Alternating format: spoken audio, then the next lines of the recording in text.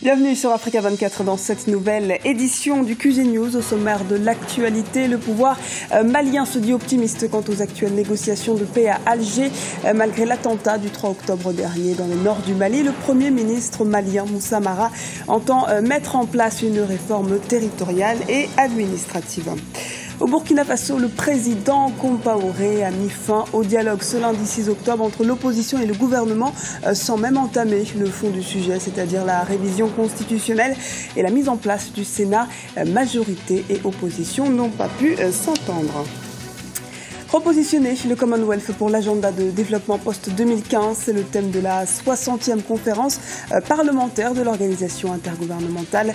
Tous les OMD n'ont pas été atteints, mais ce regroupement souhaite initier des stratégies à même de conduire à une amélioration des conditions de vie des populations. Mais avant de développer ces titres, le président kényan Uhuru Kenyatta sera le premier chef d'État en exercice à comparaître devant la Cour pénale internationale. Ce lundi, il a annoncé se présenter en personne devant la CPI à La Haye le mercredi 8 octobre. Il participera donc à la conférence de mise en état consacrée à la préparation de son procès qui peine à démarrer. Les discussions porteront notamment sur l'état de la coopération entre l'accusation et le gouvernement du Kenya. Et cette audience sera à suivre en direct sur Africa 24 dès 8h GMT.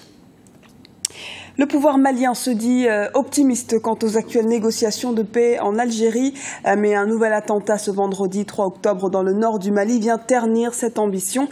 Le Premier ministre Moussa Mara préconise des solutions de fond qui passent par une réforme territoriale et administrative, tout en maintenant la pression militaire sur les rebelles afin qu'ils désarment.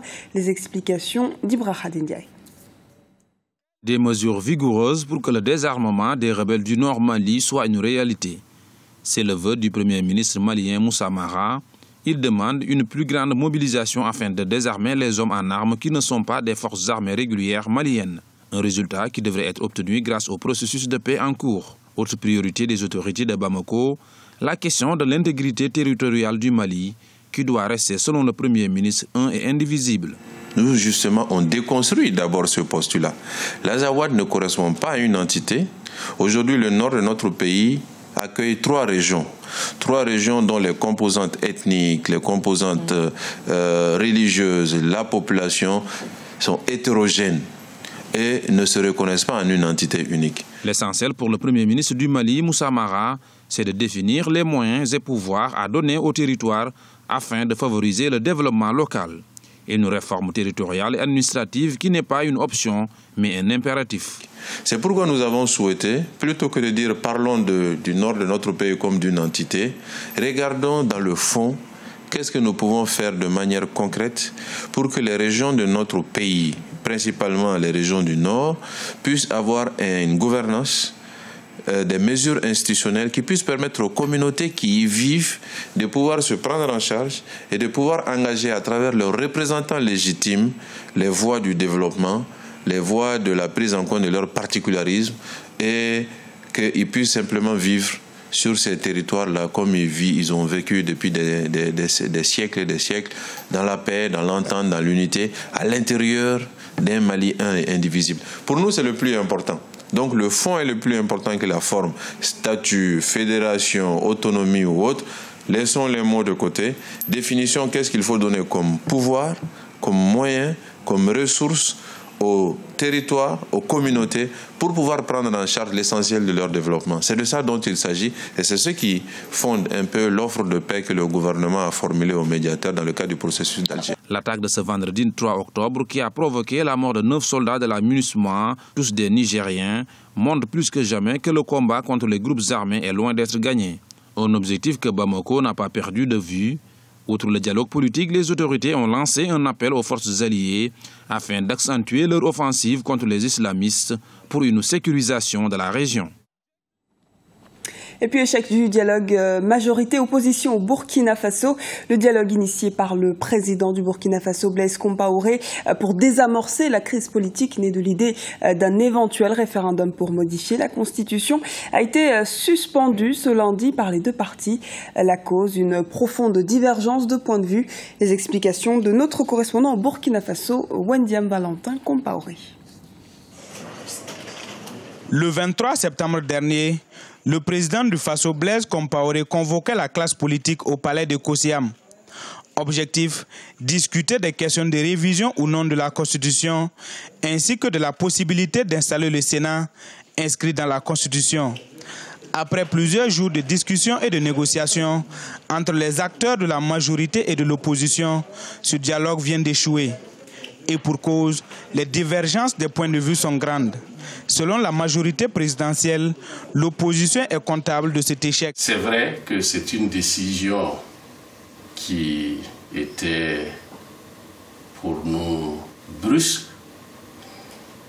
mais c'est une décision qui ne nous surprend pas. Elle ne nous surprend pas puisque même avant de venir au dialogue inclusif initié par le président du Faso, certains membres de l'opposition, certains nouveaux opposants avaient même déjà déclaré que l'opposition venait pour réaffirmer ses positions. L'opposition politique se défend. Pour elle, le dialogue d'accord, mais le respect de la Constitution d'abord. Et pour cela, le président Blaise Compaoré, dont le mandat constitutionnel court jusqu'en novembre 2015, ne doit plus briguer un 5e mandat. L'opposition politique n'a pas décliné l'offre de dialogue et de concertation. L'opposition politique a maintes fois exprimé à ses interlocuteurs sa pleine disponibilité à participer à un éventuel dialogue sur la situation nationale. Par conséquent, elle avait bien accueilli en son temps l'offre de dialogue inclusif initiée par le président du Faso lui-même, dans l'espoir que ce dialogue obtiendrait des résultats qui permettraient de préserver la paix et la cohésion sociale. Elle tient à exprimer sa profonde déception quant à la volonté clairement affichée par le président du Faso d'aller au référendum en se basant sur n'importe quel prétexte. Nous prenons à témoin l'opinion nationale et internationale sur les conséquences de la modification de l'article 37 de notre Constitution par un passage en force programmé. C'est la deuxième fois qu'un dialogue de la classe politique burkinabé échoue depuis le début de l'année.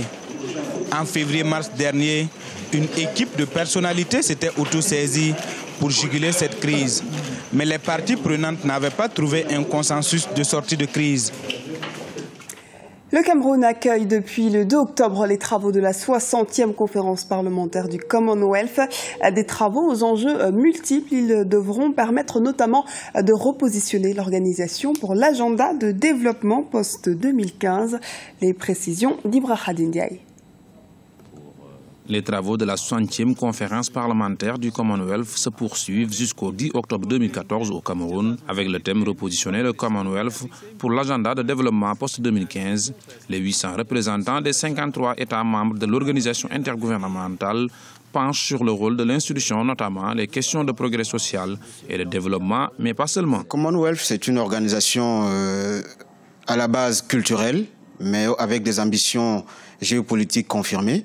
Et donc, les pays membres de cette organisation se doivent d'utiliser cette fenêtre d'opportunité qui leur est offerte pour asseoir soit leur souveraineté nationale ou alors conforter leur système politique ou économique. Le Commonwealth offre d'autres opportunités pour les 53 États membres. Le Commonwealth bénéficie de l'héritage du monde anglo-saxon, où l'administration est beaucoup plus indirecte, où la politique de l'autonomisation est beaucoup plus mise en avant. Et donc, le Cameroun qui participe à cette rencontre doit privilégier cette richesse au double plan culturel, c'est-à-dire que la rigueur que propose la rigueur que propose la francophonie dans la gouvernance publique, mais également la souplesse qu'il peut prendre du côté du Commonwealth pour renforcer son autonomie. Donc je pense que sur le plan stratégique, en matière de projection sur l'extérieur, vers l'extérieur, je pense que le Cameroun a là, en sa possession, suffisamment de leviers pour contourner tel ou tel aspect. Créé le 19 novembre 1926, d'abord comme institution politique et culturelle visant à favoriser le bien-être des pays membres, l'organisation s'est considérablement agrandie dans les dernières décennies. Composée de 10 membres en 1956, il en a regroupé 54 le 1er octobre 2013 et 53 depuis le 2 octobre 2013, avec la sortie de la Gambie de l'organisation. La Côte d'Ivoire, premier producteur mondial de fèves de cacao, va mettre en place un fonds de 456 milliards de francs CFA pour accroître la productivité de sa cacaoculture. Ce fonds sera dégagé autour de 25% pour améliorer le cadre de vie des producteurs. Le Premier ministre ivoirien Daniel Kablan-Duncan a fait cette annonce lors des Journées nationales du café cacao célébrées du 1er au 3 octobre 2014 à Abidjan. Ali Touré, représentant permanent de la Côte d'Ivoire auprès des OIPB, explique les ambitions du pays pour ce secteur. Oui, effectivement, le prix est passé de 750 à 850. C'est une bonne nouvelle pour les producteurs, en particulier pour la Côte d'Ivoire en général. Ce prix permettra de renforcer la durabilité de la filière cacao. Ce prix aura une incidence sur le PIB de la Côte d'Ivoire. Ce prix pourra faire augmenter les recettes d'exportation du gouvernement de la Côte d'Ivoire et surtout ce prix permettra d'améliorer le revenu des producteurs conformément au vœu du président de la République. Et enfin, direction le Maroc où pratiquer la voile s'avère extrêmement coûteux, ce qui en fait un sport élitiste malgré les quelques 2000 km de côte. Face à ce constat, la Fédération royale marocaine de voile cherche à rendre ce sport plus accessible, comme nous l'explique Aminata Diak. Au Maroc, la voile est devenue un sport très coûteux et moins accessible. Malgré les milliers de kilomètres de côte que dispose le royaume chérifien, cette activité nautique reste l'apanage de quelques privilégiés en raison des coûts élevés de bateaux et de l'équipement. La Fédération royale marocaine de voile compte changer la réputation de ce sport pour permettre à plus de Marocains de le pratiquer. Cependant, ce projet nécessite un financement conséquent. Les raisons de la baisse du nombre de personnes qui pratiquent ce sport et le coût astronomique des bateaux. Grâce à Dieu, il y a beaucoup de clubs, mais il n'y a aucune aide pour leur permettre d'acheter des bateaux pour la pratique. En tant que fédération et club, nous ne tournons pas le dos à la mer. Nous avons besoin d'aide pour acheter les bateaux pour attirer de plus en plus de personnes vers cette discipline. Le ministère marocain de la Jeunesse et des Sports a récemment fait don de 80 voiliers à la fédération, mais cette aide n'a pas suffi pour susciter l'engouement. Ce sport est très coûteux. Il nécessite une formation et de participer à des compétitions internationales. Il nécessite également un équipement spécial, des bateaux, des voiles. Tout cela coûte cher pour toutes ces raisons. Le nombre de personnes qui le pratiquent est bas en comparaison à d'autres sports.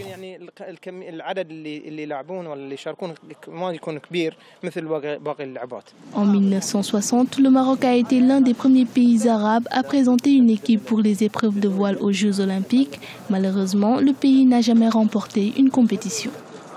Et c'est la fin de ce journal. Merci de nous avoir suivis. Retrouvez dans un instant une nouvelle édition du QG News sur Africa 24.